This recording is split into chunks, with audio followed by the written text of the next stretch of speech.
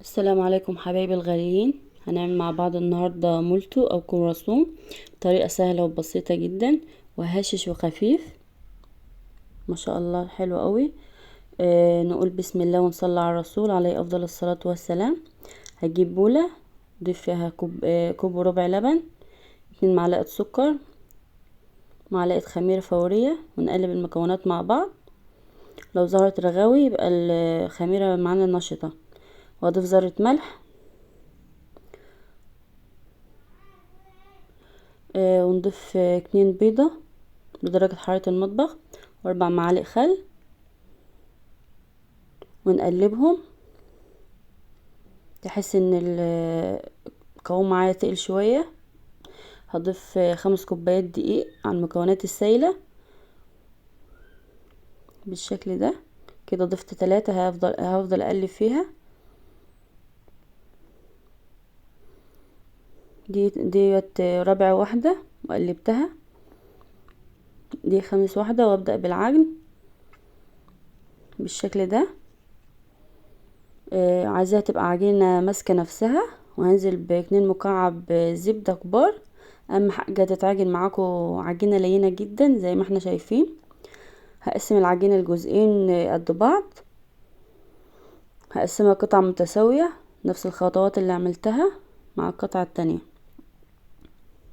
بالشكل ده. هسيبها ترتاح 10 دقايق. هنجيب دقيق وزبدة سايلة، وهبدأ افرد معاكم اول قطعة حبة دقيق، وابدأ افرد معاكم كده. عايزاها قطعة مربعة. هي عجينة ناعمة جدا بصراحة. وصفة حلوة أوي، سهلة وبسيطة، ومقاديرها اقتصادية جدا. اما عن طعمها بجد بجد احسن من الجاهز بصراحة، يعني والله احسن من الجاهز.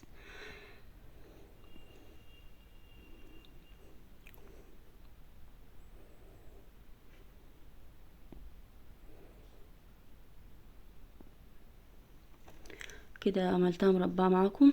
هجيب طبق، احط فيه حبة دقيق من تحت.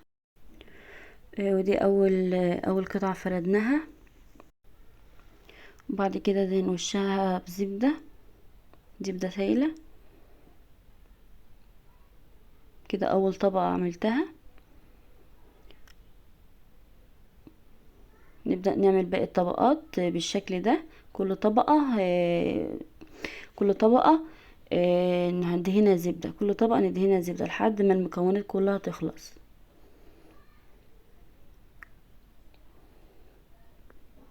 بالشكل ده.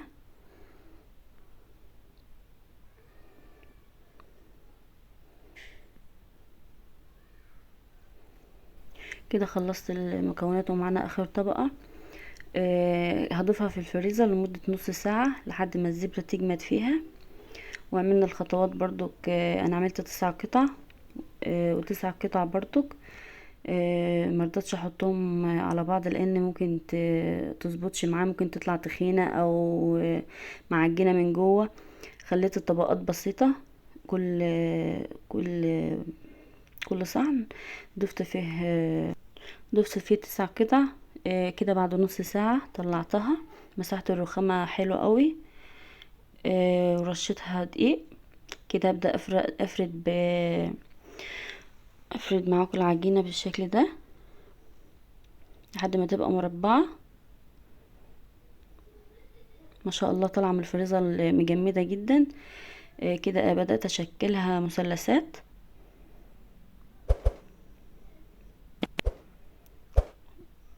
بالشكل ده.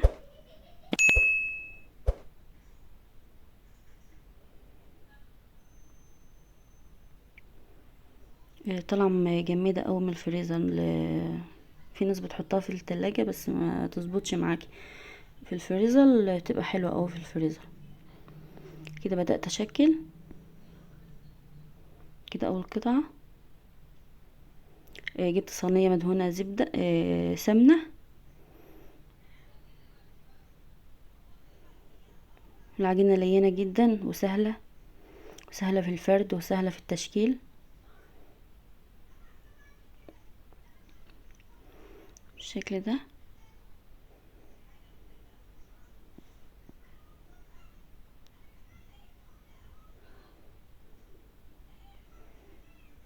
خلص معاكم الكمية.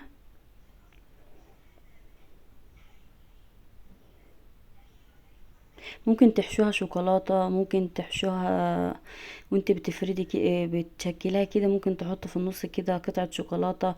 ممكن لو حباها بجبنة ممكن جبنة. لكن انا ابني ما بحبش الشوكولاتة في النص، عايزة كده فوق كده.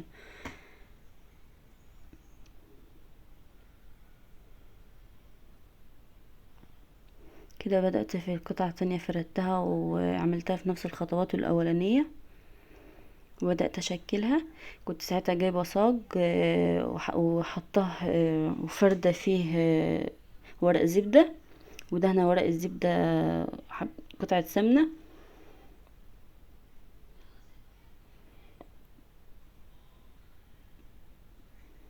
بجد وصفة حلوة قوي.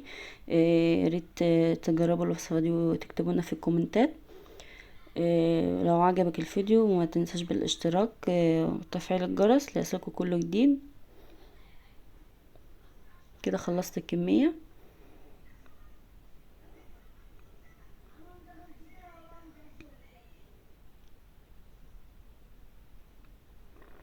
كده الكمية اللي عملت معانا كده.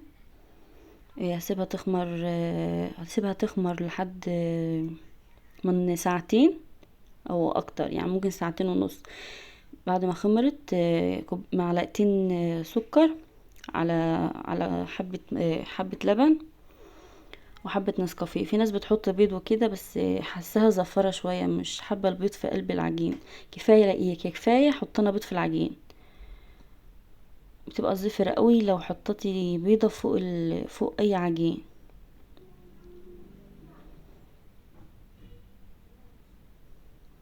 كده ادهنت الكمية كلها بالشكل ده، واحطها في درجة حرارة 220 في الفرن من وسط. ما شاء الله طالعه شكلها حلو قوي وحمرة وهشة جدا وطرية. ما شاء الله ما شاء الله، بصراحة وصفة جميلة جدا. كده غطيتها عشان تطرى شوية. كده بدأت اشكلها. جبت شوكولاتة سخنتها على حمام مية، بدأت اشكلها زي ما انت تحب بقى. عايزة تخلي الشوكولاتة من جوه تمام، عايزاها كده، احنا بنحبها كده. تشكلي بقى التشكيل ده مهمتك انتي، يعني ذوقك انتي. ممكن تشكلي احسن من كده برضو لو عندك اي حاجة تشكليها. ممكن بس شوكولاتة يبقى ممكن تحطها في الفريزر ممكن تحطها في الفريزر وبعد قبل ما تاكلي او تشربي كوبايه نسكافيه او لبن او كده، قبلها بنص ساعه تطلعيها ان شاء الله كأنك لسه جايه يعني، وكده مش هتفرد معاكي. تيجي نحسب مع بعض التكلفه. كلفتني انا جايبه كيلو دقيق ب18، وزبده ربع كيلو ب25. بس ما استعملتش الربع كيلو، يعني دوبك مكعبين وحبة سايلين بس. وبيضتين، يعني مش هتكلفك كتير يعني بصراحة. يعني قد ما تعملي كمية كبيرة زي دي بصراحة مش تكلفتها كتير. عايزة تضاعفي الكمية ممكن تضاعفيها، عايزة تقلليها ممكن تقلليها. يعني كوبايتين ونص دقيق يعملوا معاكي كوبايتين ونص دقيق مع مكعب زبدة وبيضة. مش هتكلفك كتير بصراحة. هتحبيها قوي، تحب الوصفة دي قوي. ما شاء الله ما شاء الله، دي الكمية اللي عملناها.